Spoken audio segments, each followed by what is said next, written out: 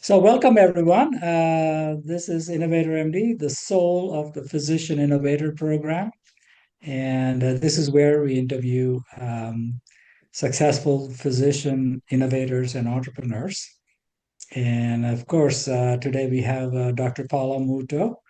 And we've done one session before, and we thought we can get some more wisdom out of her I don't advice know. and I don't out of know. her Only experience. straw.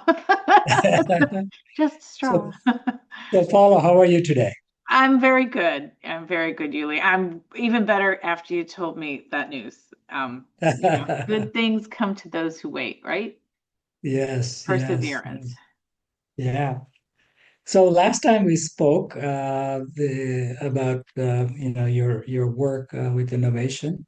Uh, I need to remind our audience that Dr. Paula Muto was the first person that came to our conference when we first started Innovator MD. So she is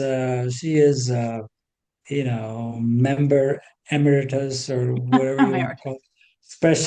Special position she has in our hearts and in our minds because she is one of the greatest person to know, not only as a physician but also as a human being. And I want Very to kind. showcase and highlight what she is like as an innovator, and so we will get to that part. This is more like a fireside chat, it's a casual interview, so nothing formal. So we can keep chatting.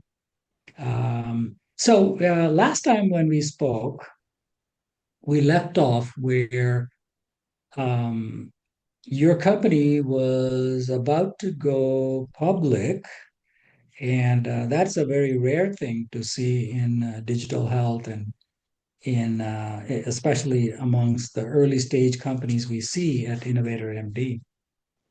So when you started, so here's what I'm thinking.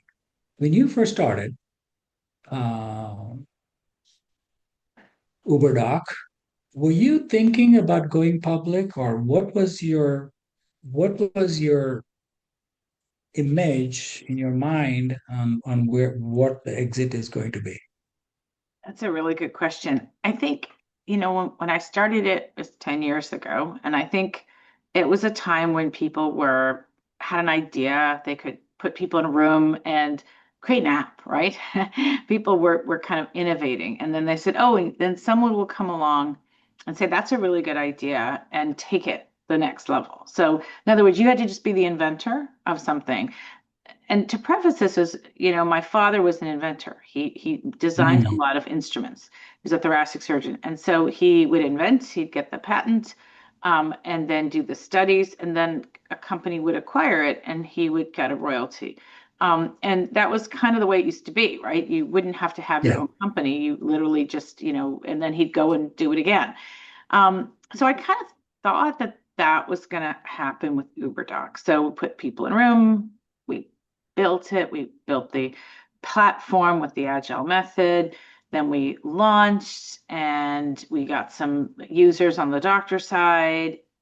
And then I started going to meetings with, angels and, the Shark Tanks, right? The angels and the ventures. And I thought, okay, at some point here, someone's going to invest. And I think that was the part that was kind of, figured I built it. It's solid. They had users.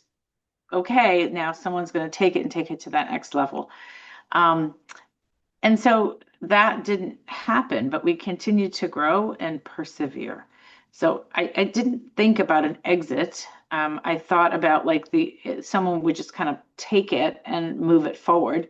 And then I realized it was me that was taking it and moving it forward. And at each juncture, every time when you thought you were maybe not going to pursue it, it's like the old the line from Sound of Music, right? She goes, Yeah. when God closes the door, that He opens a window, right? So that's kind of what happened. Each time you think you're like in that escape room and you can't get out, you get a clue that gets you to the next place. Um, So going public was never, I didn't even understand the financial aspects of it. Honestly, I just thought someone would come and, and take the idea and run with it. And, and then you'd be emeritus. You'd be like an auditor, right?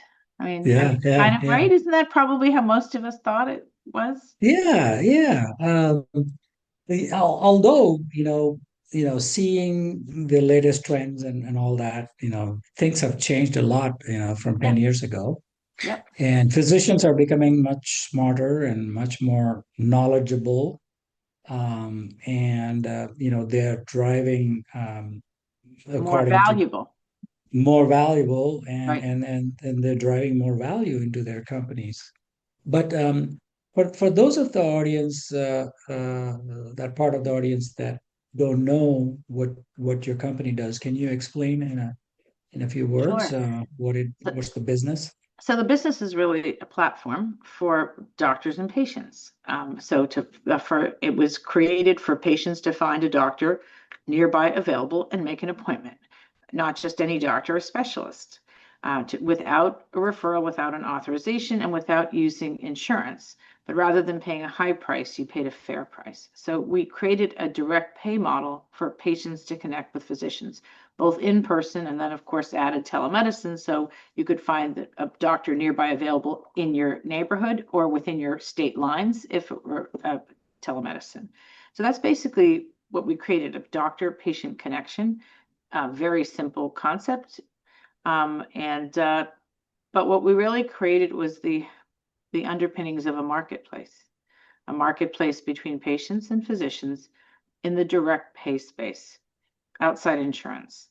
And that's sort of how, again, it starts with a fundamental relationship and then it sprouts. And we started with just 6 core surgical specialties, and we just added another specialty today. So we have over 55, and they keep coming, right? The integrative, longevity, women's health, things that people are looking for. But it's always rooted in the physician, in a board certified, trained physician in a specialty,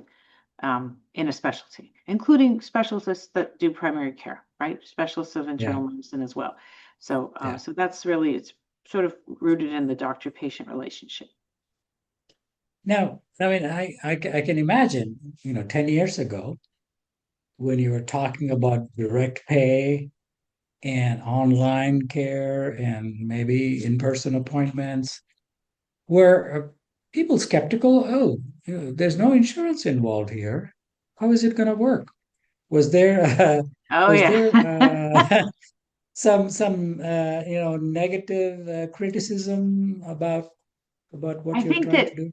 we never had any negativity. When you told someone the idea, they were like, "Oh my gosh, I would so use it." Right? There wasn't anyone who because So from the physician side, from the physician, but also patient side too. It's like, patient side wow, also. I wish I knew. Oh, wow, I wish I knew. But that didn't mean that they pulled out anything other than their insurance card every time they made a doctor visit. So for when we started this, people were still very glued to that insurance card, and people didn't, thought that was their value. You go to your employer, they're going to give you this card. You're going to have that employer. You're going to be in a job perhaps you don't like for that insurance card. And so I think that was sort of, yeah, that's good, but maybe I won't always need it. I'll just, Yeah, but now it's really evolved where, insurance companies have behaved badly, and that behavior is now transparent. Like it's not hidden anymore. You yeah, have the president of the United States calling them out, right? United Healthcare and so forth. So people are beginning to understand that maybe it's not the best equation, and people have very high deductibles. Young people are foregoing their employer insurance and taking the money and say, "I got this, thank you." Right? I'll buy my own care. So you now are pivoting into a consumer model. yeah, But if you think about it, what we mean by consumer is really that the patient should be, the dollar should be patient centered with the patient. The patient should drive the healthcare. It's not consumer like, anything else. It's just, I don't mean to say consumer meaning fad or so forth. It's just really putting the healthcare dollar with the patient. Um, and I think that shift has occurred in the last 10 years. yeah, yeah. So you were kind of the pioneer of that kind of thinking and bringing that into the market. Well, I ran my practice. I was, sitting looking at patients, working in it like a poor inner city next to an affluent community, two hospitals cannibalizing each other. I Mm. sat on all these committees like for like the IPAs and things like that and realized that this equation didn't make any sense. Physicians are not asking the right questions. No one ever asked a question because you didn't want to be the one to ask the question, and doctors are kind of like they want to belong, right? They're very competitive. They don't want to. There's always this fear, and I was never afraid to ask the questions. And Mm. then I started doing research and more research and reading all the time, and that's when I realized, wait a minute, this system is not working, and there's something super simple we can do to fix one part of it. And I always felt the first step to the physician closest to definitive care was the most important step in the process when you meet a patient. It's that first step. And then after that, you can be guided into the Yeah, appropriate care. yeah, yeah.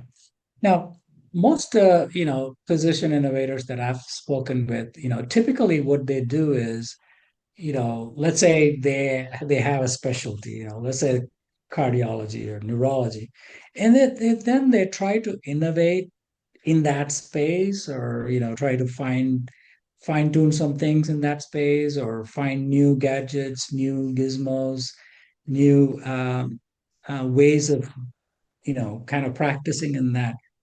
How did you make a jump from vascular surgery to specialty care?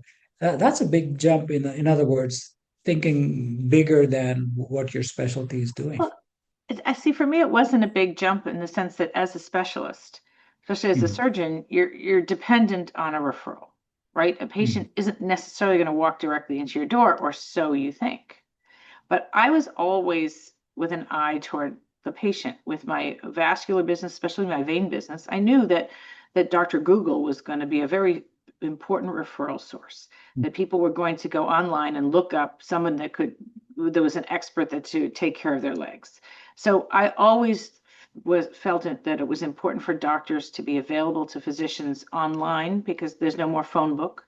I also Yeah, noticed the referral networks and the schisms in the hospitals and the constant divisions, that you could never rely as a specialist. You would never rely, you couldn't make a living if you relied on a yeah, referral network that existed one day and then got moved in the next day. There was so much instability, especially in Massachusetts. A lot of a lot of restrictions. So I think it came from actually an economic model that Mhm. you really needed to survive, that you needed to do this. So it came from, now it wasn't just what I did, it was what the ENTs did. It's what, you want to go see a gynecologist. My brother's a GYN oncologist. I was like, why, how do you get to him? The Dana-Farber, you'd have to like phone a friend or have the right employer or call yeah, call me, right? I didn't think that was correct. And people were panicked. They needed to go to the best. Like, how do you get there? And I thought Mhm. that's really, so it was easy for me to put the specialties in. Going beyond the surgeon's lounge was not a hard jump because Okay. doctors came to me, gastroenterologists, psychiatrists, say, well, why can't we be on your platform? Going into primary care wasn't a hard jump because the DPC networks were beginning and saying, hey, why can't we be on your platform? So then it became people coming to me with great specialties like interventional pulmonology. I'm like, what's that? I hadn't heard of that one. But it's an amazing specialty. Yeah, Regenerative yeah, medicine, look like what Dr. Navani's done, right? Like introducing us to this world of like innovation in medicine that is so like forward thinking. So that was yeah, the brilliance of it, was that, why should it stop with me? At the end of the day, it's an expert. You're seeing an expert, and you're yeah, seeing it for an affordable price and priority access. yeah. So no, now you started with the specialists, Yeah, right? But why didn't you start with like primary care where, there's a lot of them and maybe there's bigger business or more patients or whatever? Why is that? because we were getting around the referral piece, right? We felt that when a patient, for example, Oh, had a that was breast the, lump and they needed to come to me, oftentimes I'd see them after they had gone to like 3 or 4 places. They'd been sent for an ultrasound, sent for this, sent for that. So they had a lot of imaging that they may or may not have needed, where I just needed to get my hand on them and figure it out and order yeah, the appropriate thing. Or sometimes just put a needle in and it disappeared. And then it was like, yeah, and you saw the level of anxiety associated with each one of those visits, and you thought, could we shorten that? Like, do we need to have someone ping pong to all these places? And of course, that was part of managed care, right? Everybody had to go through a yeah, primary care before being referred to a specialist.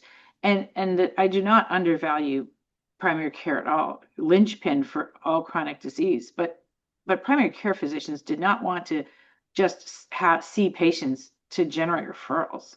They don't get yeah. paid to generate referrals, right? They're not Mm, like literally their office would be filled with people just sitting there saying, I don't really want to talk about my blood pressure. Just give me a rubber stamp to go see, the orthopedic. I yeah, thought that, it didn't serve anyone, but it served the managed care model, which was, of course, the insurance model, which expanded exponentially with the Affordable Care Act. yeah. And you saw the bottleneck where, in this referral business, I guess. Well, bottleneck patients, a lot of patients delayed. And then, of course, Yeah, that was at the beginning, it was better than what it is now. I mean, now it's virtually impossible. It really is because, again, because of the network restrictions, I don't think people even understand their insurance plans. yeah, yeah. Yeah. Um, so you decide that you want to do this and it started and it's growing.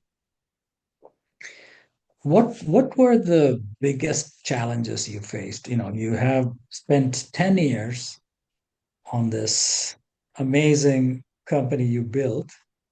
Um, let's say what I'm sure there are many, many, many challenges, but what were the biggest, let's say top three Top three. challenges? Okay, good, great question. So I think, well, so I'll save the biggest challenge for last because you know what that one is. I think so. So one of the things that was a challenge was, can you change your game? I'm I mean, 62, I was 52 when I started this. Okay. um, Um, so I'm a squash player. And yeah. it was about the same time my son went off to college and I took his coach. And I took his coach because I played tennis as well. And I remember my dad, he was a great tennis player. When my niece started playing competitively, the racket changed, the ball changed. My father took lessons. The guy who played Mm, tennis his whole life with a court in the backyard wanted to hit the ball the way his granddaughter did. So, mm, can you change your game? So I started doing the same, working with a coach and thinking, do this, do that. And of course, surgeons are very obedient and we follow directions. But I felt, can I change? Can I change it? Because I felt at 50, we're set in our ways. I'm now building a platform. I'm doing a business model. I'm not thinking empathetically like a doctor. I'm thinking like a business person, right? mm. And so, can I change my game? So that was the first thing, learning to change. That was the challenge, right? And it wasn't always Yeah, easy because you wanted to use your surgical thinking, but yeah, business is not always surgical thinking. It isn't always a clean cut. It's not always yeah, predictable, you know. So I think that's what big challenge. The second one I think is people, you know, putting the right people around you. I always say good people have always found me. But I haven't always, when I'm out actively seeking, I'm not the best like person to find. Does that make sense? It's like if I yeah, had to yeah, yeah, hire somebody in my office, it's like I went through, yeah, but a good person would find me. And so finding the right people to put around you, I think, is really important. And that's not just employees, but vendors and, lawyers and partners. collaborators. You think, you're very trusting sometimes. Like, again, it's easy in medicine. I don't need to know who you are. I know who you are, right? You Yeah, call me up as a hospitalist or an ER physician or a radiologist. I don't need to even know who you could be brand new, but we know each other already, right? Because mm, we know mm, each other's DNA. mm. That's not true when it comes to in the business world. I, Business. I wasn't familiar. I'm sure it is true if you're in it all the time, but it wasn't familiar. So I think people was the second challenge. So thinking differently, people, and of course the last thing was the money piece. The biggest Yeah. challenge is raising money and being taken seriously. It was really hard for me to come to the realization only after reading the Wall Street Journal expose and listening to it on NPR that women only get 2% or less of Wow. the money raised for innovation. Hmm. Two is a hard number. You know, Wow. it's not like applying to a surgical program. It's not like, you know, Yeah. it's just getting into medical, whatever. It's just, I mean, 30% maybe. It's not like getting an academic an academic appointment. Maybe there's only 20% or getting published. It's two, which is Hmm. statistically zero. Yeah. Yeah. Wow. Yeah. Now, what? So, raising money Yeah. was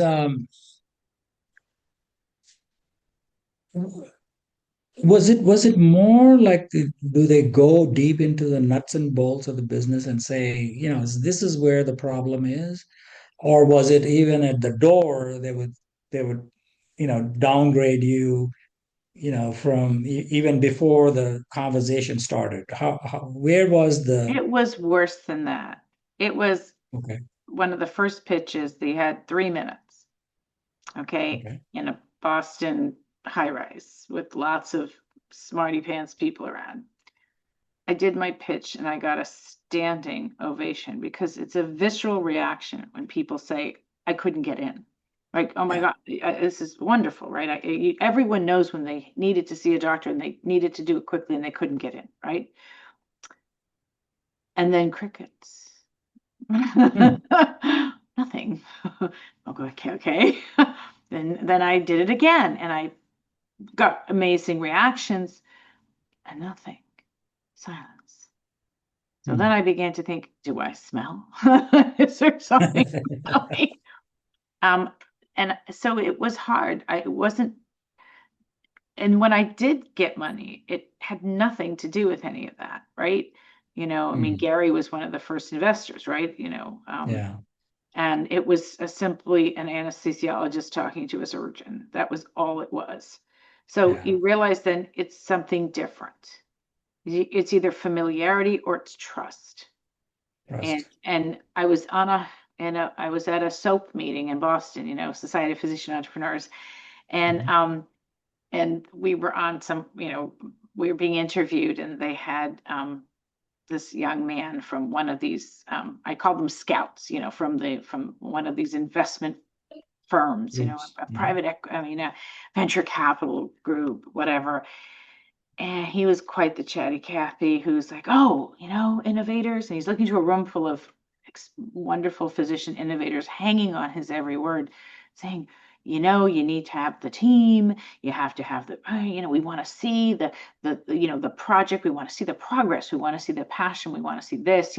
So he's laying out all of the things they're looking for in terms of, and it's like, okay, it's like, this is what we're looking for when we're going to admit you to medical school, right? Mm. You need a good MCAT score. You need a good recommendation, right? So as all the good doctors in the room, they're writing it down. So then I asked the question. I said, wow. I said, all these things. He said, yes. I said, and you talk about all these people you invested in. I said, yes. I said, well, then can you explain that why you never invested in, why didn't you, what is it that you never invested in a woman or in another, in some, why is it that women don't get invested? And so now Chatty Cathy has to answer the fact that his venture capital firm had zero investment. And, Wow. half the room was filled with women entrepreneurs, right? With some Yeah. pretty I'm spectacular sure. innovations. And Chatty Cathy couldn't be silent. So he spits out the truth.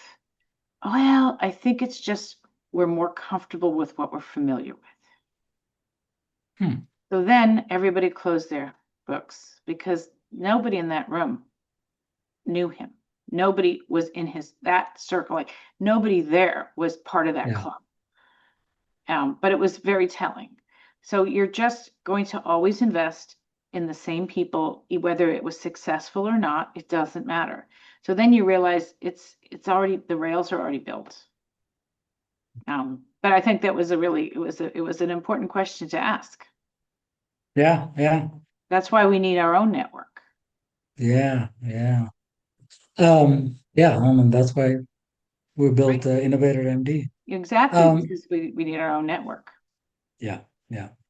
Uh, so so the customers, so since it's a marketplace, you have two customers, one is the physicians and the other is the patients. And they're both willing to do business with each other through you, right? Yep. So you have that traction on both sides, and they're pay.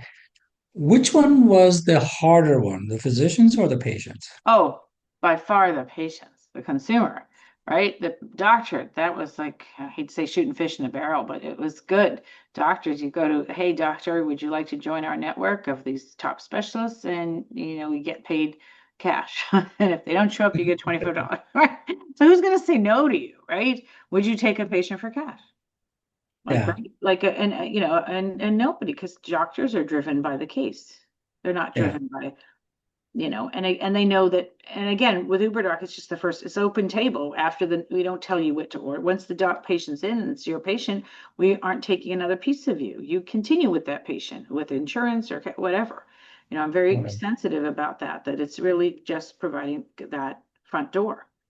Just Um, the connection. just the connection. So the consumer side is challenging, right? Because the consumers, first of all, direct consumers expensive. You have to be $100 million. You have to raise $100 million, right? Like Hims, Hers, Roman, right? Those companies, Yeah, their that's cost of crazy. acquisitions are pretty amazing, right? The Super Bowl ad, and it's like, okay.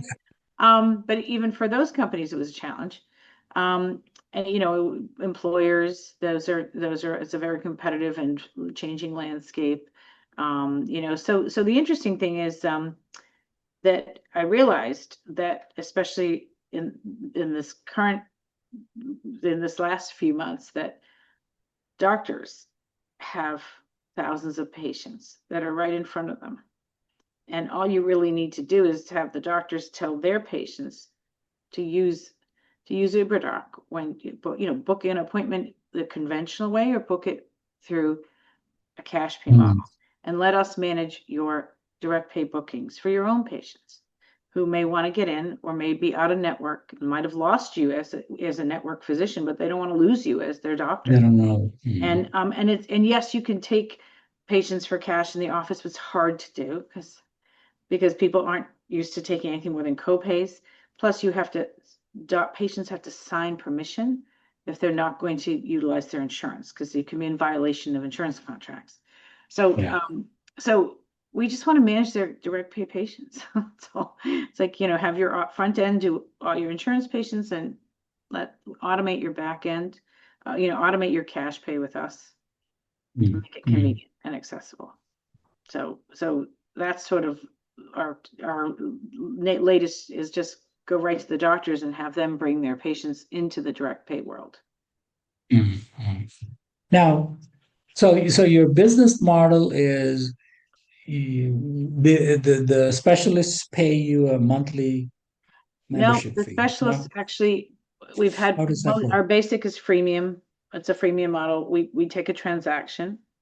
We Mm, do now have also a subscription model, because doctors that want to perhaps offer certain services that other doctors aren't doing, or they want to be at the top of the list and so forth in the direct pay. And so that model. And then also we do government service exams, doctors that want to participate in that. And then we also have the marketplace, which is kind of the most exciting thing, is that there are certain innovations that sit outside insurance, everything from longevity products to cancer detection to therapeutics, imaging, yeah. and again, and innovations like Zerica that maybe Yeah. people need to find. maybe Yeah. they need to find. And so that is one of the most exciting parts about this, is that having a marketplace where patients can find a product that a physician can prescribe, or find a doctor that is involved in that particular innovation. Again, all of this sits outside the traditional insurance model, because many of these diagnostics and therapeutics are not covered by insurance, or may not be for Yeah. many, many years. Yeah. Yeah. Now, so the insurance is sitting there, they have their own rules, they have their own restrictions, their own guidelines. What percent of the market you think is on the cash side, roughly? Great question. So 22 million people went underinsured, like in this Yeah. beginning of this year, Yeah. or underinsured, took the With high the with the deductible plans. So with if the you're gonna With the Medicaid? no, people that didn't take their employer health plans, and also with the Medicaid kind of transitions and so forth. So there's a lot of people who went underinsured or uninsured. Mm, So there's people like in that 50 to 65-year-old range, where it's very prohibitively expensive, so they kind of try to wing it with some catastrophic insurance. A mm, lot of employers have moved to high deductible plans with health savings accounts, where you owe the first few $1,000s out of your pocket. And that mm. includes everything, everything from a mammogram to a blood test to a doctor visit. So that those trends are already there. The exact percentage, obviously Medicare, Medicaid make up, 30% or more of it's 60% is the employer market, but it's that employer market that has shifted over. Yeah. And it depends on the state that you're in. Yeah. I mean, there are some states that are much more, they have a bigger free market when it comes to, like Texas has a big free market medical association, and they have a lot of competition in Texas. That's what brings the prices down, competition. And then you have Yeah. places like Massachusetts and California who are pretty much, networked and, with Kaiser and MGB. They're just giant players that sort of Yeah. suppress some of the competition. But that doesn't mean that things can't, that you don't get your private clinics. Orthopedics are really, I mean, if you think about it, orthopedic surgeons have their own surgery centers. A lot of employers are just directly contracting with them. It's saving a lot of money on the employer part. So I think Well, I think, there's certainly at least the movements toward transparency, Yuli. The employers want a better deal. Plus, there's national laws that have kicked in, which the employers have to disclose to their employees how their health benefits are structured and who's getting paid. That doesn't mean it's enforced all the time, but yeah. those laws are there. Yeah. Yeah. Now, so I'm stuck at the funding piece. Now, if We're all stuck at the funding piece. right, that's Yeah. that's the hardest Yeah. piece. Have you ever considered like going to some of these sites? I'm trying to remember the name. Crowdfunding. Yes. Have you ever considered that? Tried. And what are the We joined a ups lot and of those downs? platforms, and I think, again, when you're looking for money, there's an industry, there's a cottage industry about helping you raise money. Mm, And there are many people who, and again, I don't want to keep stressing about women, because it's hard for all innovators, right, to yeah, raise money. anybody. But a lot of these sort of uh, helpers, shall we say, or like the incubators, sometimes they call them, Yeah, they would be consultants to help you raise money. And they were fairly predatory in terms of, you'd find out that there's always women there. So, oh yeah, yeah, we're Mhm. helping women. It's like, okay, but did anyone raise money? It's like, of course you're helping women, because that's the people who need the most help. Yeah, But were you effective? Well, you pay tens of thousands of dollars, and I've done that to people who are going to set you up for meetings, and you go and you travel and you go to these meetings, and you think you're presenting a fabulous thing, and then you lose out to the 28-year-old kid in a hoodie next to you. It's like, And they're like, and so yeah, I think that there's the money challenge. Yeah. I guess the best money you can get is from your customers if they're, if the business Right. is growing and If the you business is don't growing. have a. But again, when you're a direct to consumer model, and I have to say, we made a decision 2 years into the company Hmm. that we were a SaaS model. We were a subscription model with about 40 doctors. We pulled the subscription to expand the network. And then we bought ourselves a much longer runway, right? Because you switch from a SaaS model to a transactional model. Now you're no longer depending on a doctor paying you a subscription fee. You need the interaction to happen. And I think that was our challenge, that we bought a much longer runway. Um, so what would you call that? That's not a referral fee, is it? No, it's transactional. We're just a platform. Transaction. We're just transacting. You make an Does appointment it on our platform. does the fee depend on how much the doctor is making, Yeah, it's or 20. is it a We take flat like a 20%. It's like 20%? it's a Okay. 20% fee, which So it's is a flat matches what they would have paid for marketing. It's cheaper than their advertising. what Their they They would have have a free done. web Yeah. page. The billing, collecting, scheduling, reminding patients. Like, again, if you're paying a front end, you're paying more than that in overhead, right? For Yeah. every patient you see in the office, it's at least 25 to 30% overhead for what Yeah. so we tried to mirror that and drop it down a bit. But I've Yeah. always wanted to bring back the SaaS model, and we are bringing it back now for sort of these extra things we had always had for telemedicine or some type of marketing. But ultimately, if the doctor uses it a lot, then they could have like unlimited usage and just pay us a monthly fee, which would be Yeah. economically would work out well for us. Yeah. Um, were there any so during this journey, were there any big pivots that you had to take? Obviously, small ones you have to. I mean, that's the nature of the business. But were there any big pivots that you had to Yeah, take? we made a pretty big pivot when we decided to work with the government service exams, because in order to put our attention into these, the first was Massachusetts Department of Disability.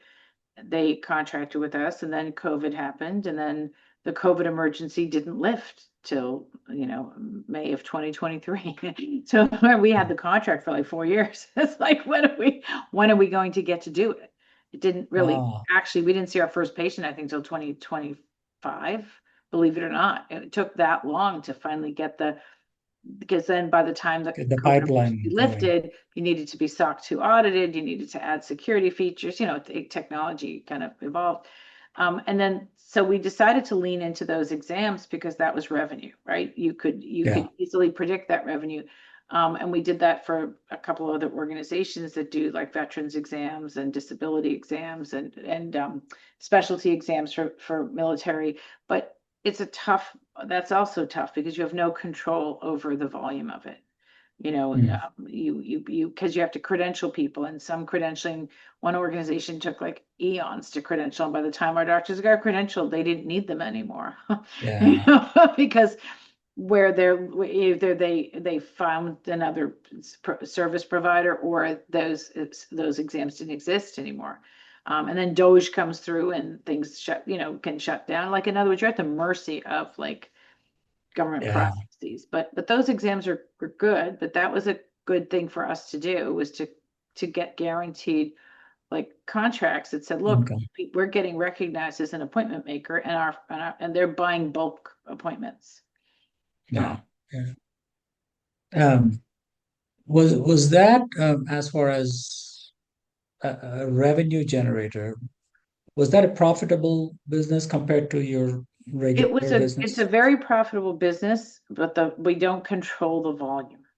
volume? That was the issue. And then, of course, the timing wasn't perfect. When we had ability to get a lot of these exams, we didn't have the resources to get enough doctors at the right time, because the Mm, process to get credentialing just There's so all again, that you're trying to mismatch. survive, right? You're going from, you're literally limping along with like marginal resources.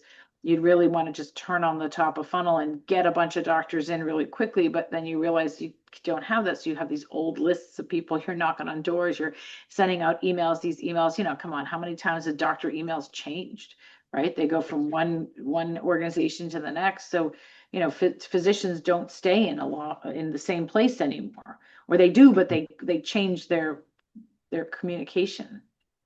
So Yeah, yeah, that was hard. But that was probably the biggest pivot. But the hard part about that pivot was that, especially in the last couple of years, we really, I won't say forgot about the consumer, but we didn't think about the consumer more than organic traffic. And I'm sitting here salivating with all of these things happening, and the political and the employer world. And it's like, oh my gosh, it's like the timing. And one of our directors was like, the timing is perfect. He's an employee benefit yeah, person. He's like, the timing can't be better. yeah, So that was frustrating because you just wanted to, do you have the money at the moment that the timing is good, right? yeah, Timing is yeah. what they say is the most important thing in the four fingers, right? Timing is number one. Hey, you have Mm, to have the mm, timing. mm, mm. Um, so what were some other pivots, if you may think about it? So the core value of the company is always the doctors. And Mm, so the doctors seeing patients, the doctors taking care of veterans, the doctors, well, what else can we do with the doctors and the marketplace? The marketplace has always been looming in the back, yeah, right? It's like, when are we going to be able to establish that marketplace? Like, when can we have a place where people can, peddle their wares, right? To show them not just I'm a doctor that's doing this fancy operation, or I'm a doctor but maybe there's a doctor that is utilizing a particular type of medication or treatment or therapeutic or diagnostic or protocol, right? Like, this is how I do something, right? yeah, And these are all opportunities for a revenue source for these companies. So yeah. maybe we should be the place to where you find it, and not only find it but can get it.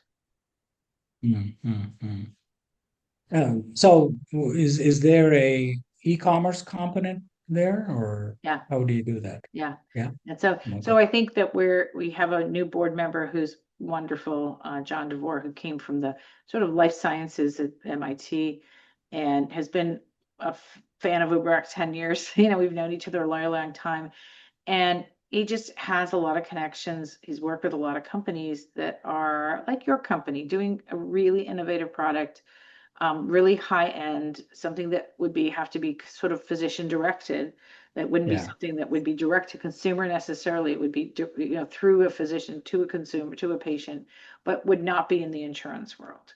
And Yeah. some of these Yeah. things, maybe someday it will be, but the really cutting edge things. Mm, So we are setting up, absolutely. So it's just anything from a marketplace, like either real estate on a page, or finding doctors who are champions of these. And so if someone came to an UberDoc and saw that they were able to participate in this, or they come to the product page and see which doctors are trained to do whatever those therapeutic diagnostics, yeah. and protocols are. Well, I mean, through these years, I'm sure there were really, really tough times Mhm. where you must have felt. I mean, I do go through those even Yep. now, but were there times where you said, "Oh, I'm gonna quit. This is too much." Yeah, well, yeah, I mean, there's always, every single time, you always think like, what's worst case scenario, right? You always think like, worst case scenario, how are you going to get out of it? Um, I think, And how did you stay? I think because something worked, like the next something, like there was always something that says you can't stop doing this. And I think the biggest, again, not just the validation that you get from people like you and the community that you built, right? The community of Innovator, we're all kind of thinking. There's other communities like health hackers, healthcare Mm, hackers are all like, these brilliant people trying to change like the insurance world, right? And the employer insurance world. So and then you have people like in policy, like in Washington, that are like doctors that go there, and like in the doctors that are in office that are trying so hard to change. Like there are people all working. So then you're like, you've got to keep working to change it, right? This is all a means to an end, right? It isn't an end in itself. It isn't, the more, and then so it culminated in the being appointed to one of these federal committees. I'm like, okay. It's like, so then someone said, okay, she matters. Like what she's doing with UberDoc is important. This direct pay marketplace, these specialists that she has, like we want her at our table because we believe that she should have a voice in health policy because of the way she's looking at the healthcare system and what she's built. So that to me means it's a validation, right? And you're sitting in the room with, business people and academics and other physician entrepreneurs, right? You've gained a seat at the table. And I have to say my co-author from a paper that I wrote with her back in the fall. It was funny. We wrote it in the summer for Politico, and then it ended up in USA Today. And Wow. and now I just nominated for assistant secretary to HHS. Wow. Right. So, but this is so Nice. important. It's such a wonderful, smart person who tells the truth, who Yeah. understands, who's a problem solver, right? Because at the end of the day, it's not politics, it's solving the problem. Yeah. Yeah. And so it is so I think that keeps me moving and motivating me to make sure that we continue to affect the change. Because we have Yeah. young doctors behind us who have to there's no, everyone agrees. The last statistic was horrible, right? In the last week or so, the medical students saying we're only going to be in practice 6 years. It's like, what? What are you gonna do? I mean, Yeah. like they're going through all of this to get into medical school and finish and train and then not do it. Yeah. Yeah. It's almost scary, I mean, to Well, because think of. we're gonna get old and no one's gonna take care of us. Yeah. I'm gonna be honest. That too. But what I see where startups become really successful or have the grit are the ones that have a bigger mission than just their Yeah, business, right? If it's just their business, okay, yeah, sure. But if they have a bigger mission that is bigger than their company or bigger than their practice, right. that's when I think that can give you a lot more energy and drive and grit to continue doing what Right. you're doing, I agree. even when the times are tough, right? I Even when the 100% times are, agree. And even though it's always been about the doctor-patient relationship, right? It's always been about a trained physician that's a specialist guiding the care of a patient. But it's yeah, more than it's taking away the barriers, removing the middleman, and making sure that definitive care occurs efficiently. And then yeah, what yeah, other things can you put into that direct pay marketplace, right? Whether it's the pharmaceutical, like Mark Cuban's Cost Plus, or Kristen Dickerson's green imaging, right? Or yeah, if it's protocols, or if it's NAD pills, or if it's longevity, or if it's you can diagnose breast cancer off a teardrop and a peptide, like all of these things that are just out there that are important, right? yeah. And accept, they need to be accessible. So our new name is we went our ticker, we did Oh go yeah, public. So we tell us a went little bit public. about the name of. We went public March 18th with APPT. That was our ticker. And so our company's name is going to be Aptly, APPTLY. Appropriate, Aptly. right? Aptly care, aptly. So if they think about it, aptly is appropriate care at the appropriate price, the appropriate time. And then Yeah, one of our advisors reminded me the 3 A's of being a good doctor. You have to be able, affable, and available. Right? It's like that's what they used to say to you. That's how you built your practice. So we like to say our doctors get all A's. But that's so the concept of Aptly will be an umbrella. Aptly Health Technologies is a bigger entity. And the UberDoc network is powering one piece of it for the physicians and for the, the patients and the consumer, but what else can be under that umbrella in that direct pay space? What else can we add into the community for innovation that is accessible through that doctor-patient equation, right? Again, Yeah. outside, we want the marketplace in Yeah. direct Yeah. pay healthcare. We want to be the leaders of direct pay healthcare marketplace. And we're not selling insurance. We're not selling like conventional pharmaceuticals, right? We're not doing any of that. We're selling services and products that are outside of insurance. And provided by a specialist. And provided by the specialist, right? Yeah. Facilitated and provided by the Not, specialist. not anybody off the street. No, Um, and I'm thinking about all the people in Innovator that can sign up for the marketplace, right? Because yeah. that's Yeah. that's what you built it for, right? Yeah. Exactly. Exactly. Um, so, what are the challenges of a startup that is growing successfully and then going public? What are the challenges Um, you faced, or what are so the things that we need to look out for? so I was with so we had, can't we went public in the Canadian markets with wonderful Canadian investors that have family fund that's been supporting UberDoc for 3 years and more. So the intention was always to do what we called a reverse triangular merger. We an acquisition that then would go public, like a SPAC basically. We Yeah. merged with a shell company, and and in Canada they like to invest in a public market as opposed to private venture capital. Yeah. Um, so when we did that merger, I thought it was probably the right time to step aside as being CEO and bring in somebody with finance background to, affect the change for all the paperwork and all the things you need to do to go public. So I stepped into the role of I was board chair and chief medical advisor. Mm. So it was an interesting role to be in because it was very much management and board.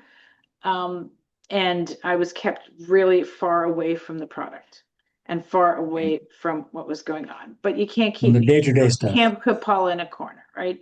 Because my subject matter expertise is deep.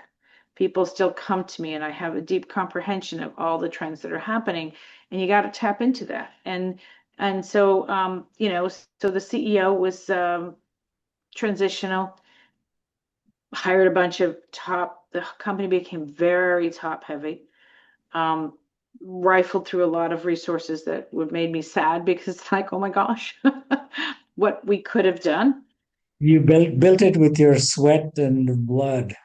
Decisions So that were, seeing and that, yep, and decisions that were, and again, it's, you're paying attention as a board, but, I was, you know, I'm going to say threads of misogyny, which I've dealt with my entire career, yeah. but tried to be understanding of it. This is the way things are, but not really being taken seriously all the time, and not being listened to, and then seeing, the numbers, and then finally getting the board to see it too.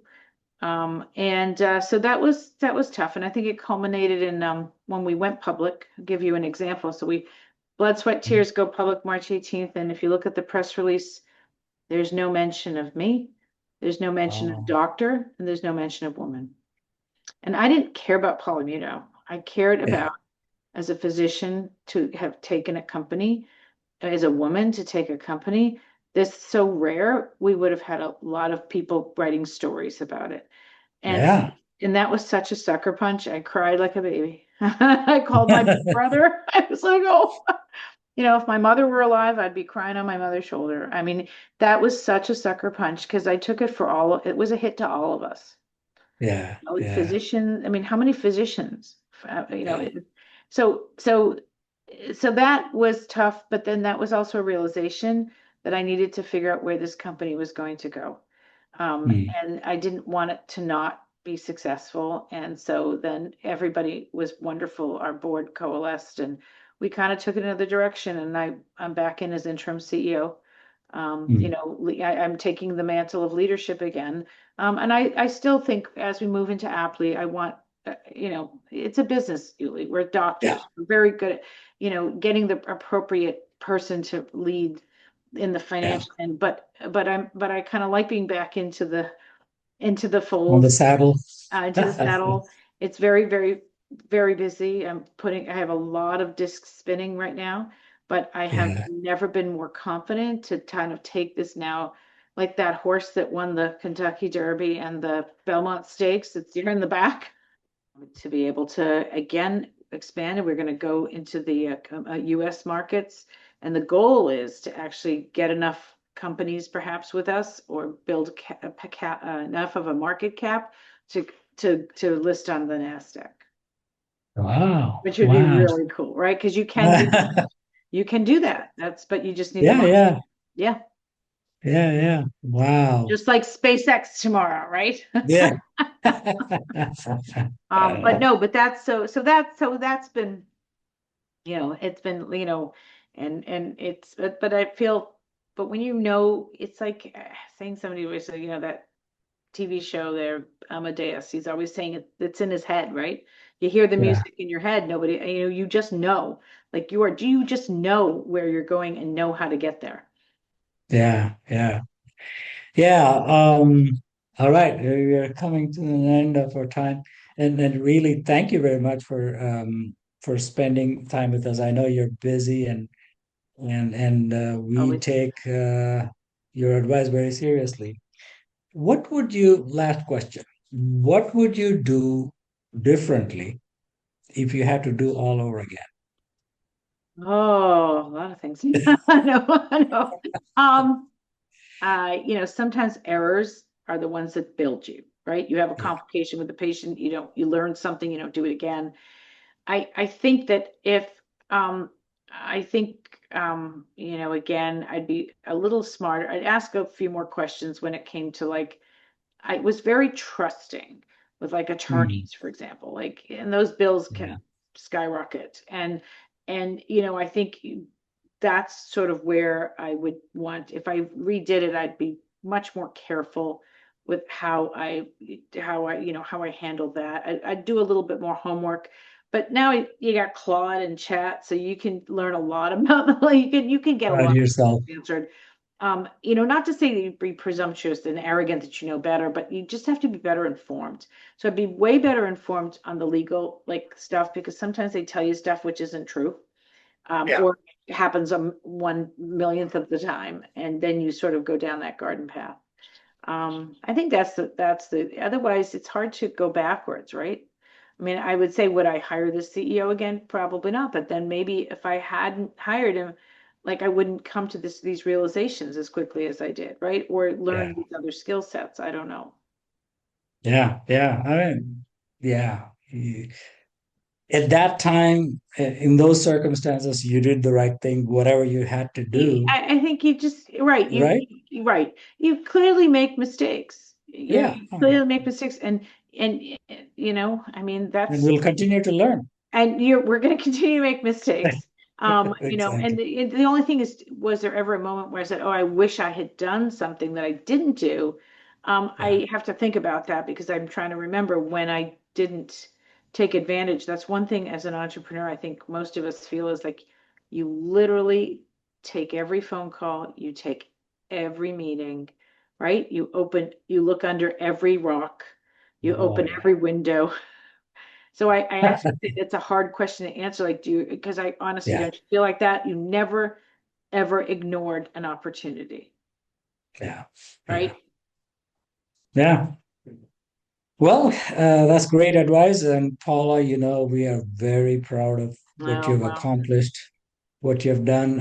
And we wish you lots of luck. And we want to see you on NASDAQ. And Yeah, that's right. With ringing the bell with all of my yeah, physician on with all of I'm my gonna physician entrepreneurs I, with I'm gonna fly there and be there with you, me. at least in the audience. That's right. So congratulations and best of luck. And Thank thank you you. very much for spending the time with us. Wonderful being Goodbye. here. Goodbye, everyone. We're not taking questions today because I wanted to really focus on getting the wisdom from Paula. And I'm sure you can always follow her on LinkedIn and connect. And she's a great advisor. If any of you want to ask her questions offline, please do. Thank you, Paula. Thank you. Bye bye.